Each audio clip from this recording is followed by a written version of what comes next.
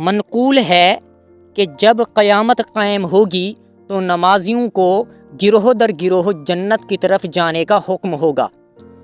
جب پہلا گروہ جنت میں داخلے کے لیے لایا جائے گا تو ان کے چہرے ستاروں کی طرح چمکتے دمکتے ہوں گے۔ فرشتے ان کا استقبال کریں گے اور ان سے پوچھیں گے تم کون ہو؟ وہ کہیں گے ہم امت محمدیہ کے نمازی ہیں۔ پھر پوچھا جائے گا تمہارے اعمال کا کیا حال تھا؟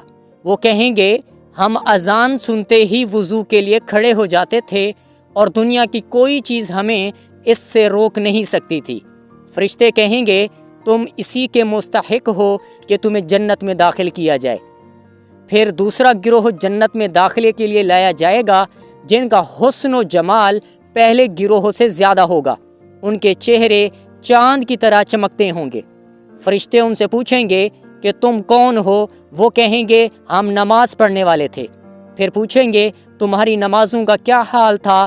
وہ کہیں گے ہم نماز کے وقت سے پہلے ہی نماز کے لیے وضو کر لیتے تھے اور اذان سن کر فوراً مسجد میں حاضر ہو جاتے۔ فرشتے کہیں گے تم اسی کے مستحق ہو۔